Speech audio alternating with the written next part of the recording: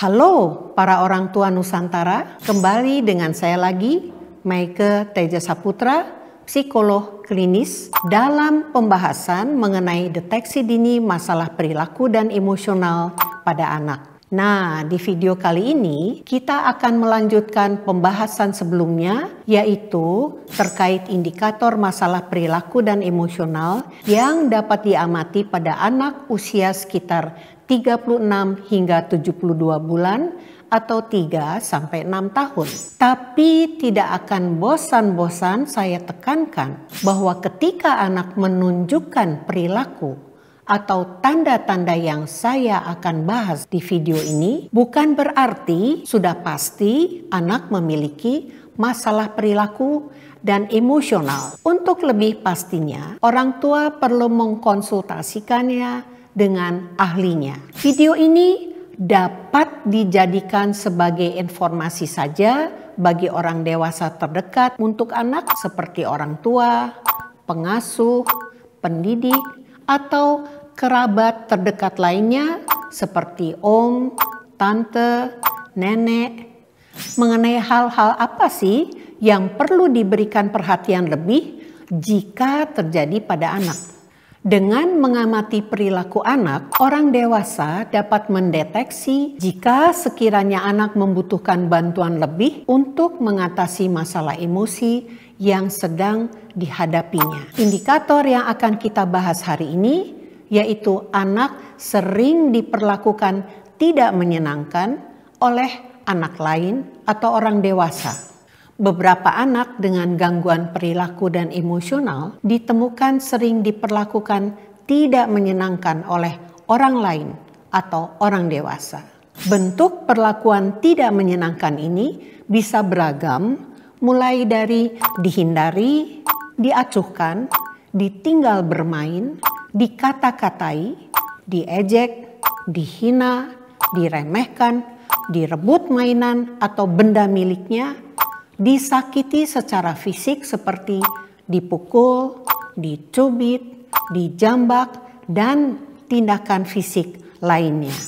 Meskipun anak yang mengalami hal-hal tersebut tidak pasti memiliki masalah perilaku dan emosional, orang tua perlu sangat memperhatikan jika anak mengalaminya. Seringkali anak yang memiliki masalah perilaku dan emosional mempunyai perilaku yang berbeda dibandingkan anak lain pada umumnya di lingkungan sosialnya. Perbedaan ini bisa tampak berupa perilaku yang berlebihan, misalnya lebih berani, lebih ekspresif, dan lainnya.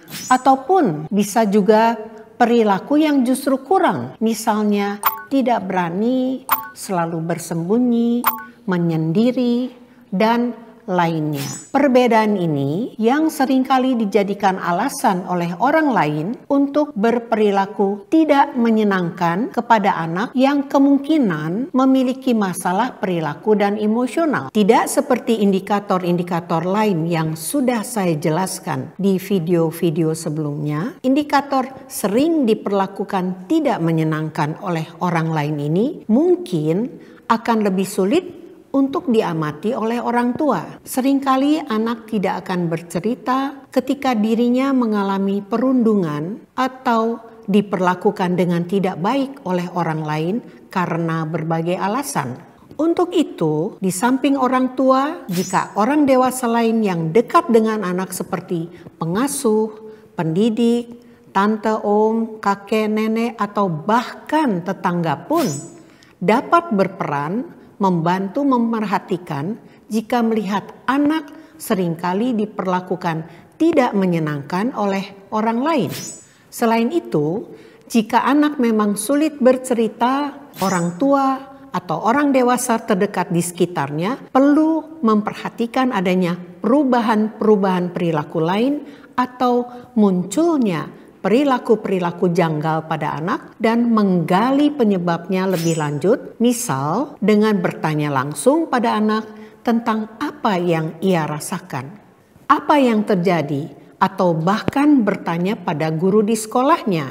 Apabila anak menjadi korban dari perlakuan tidak menyenangkan orang lain hingga sudah disertai gejala atau indikator lain yang sudah saya jelaskan di video-video sebelumnya, maka orang tua atau orang dewasa lain yang dekat dengan anak dan mengetahuinya dianjurkan untuk mengkonsultasikan secara segera dengan ahli agar anak dapat segera ditangani secara tepat. Di sisi lain, orang tua dan orang dewasa juga perlu ingat bahwa apabila perilaku tidak menyenangkan dari lingkungan ini terus berlanjut, maka akan berdampak buruk bagi kesehatan perilaku dan emosional anak yang sedang berkembang. Perbuatan tidak menyenangkan seperti perundungan atau bullying yang dilakukan oleh teman sebaya, orang dewasa lain, atau bahkan oleh orang tua sendiri ditemukan dapat berpengaruh buruk pada pola tidur anak, pola makan anak, dan dapat memunculkan gejala-gejala psikosomatis pada anak. Selain itu,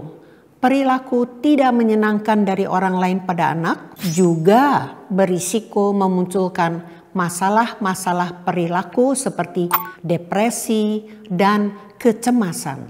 Untuk itu, kita sebagai orang tua atau orang dewasa di sekitar anak perlu lebih sensitif terhadap perubahan perilaku anak. Apabila terjadi perubahan yang cukup drastis dengan intensitas yang besar dan berubah dalam waktu yang panjang, maka ada baiknya anak segera dibawa untuk berkonsultasi dengan tenaga ahli. Sampai di sini dulu pembahasan kita mengenai indikator ini. Indikator terakhir akan saya bahas di video selanjutnya. Tunggu, sampai jumpa.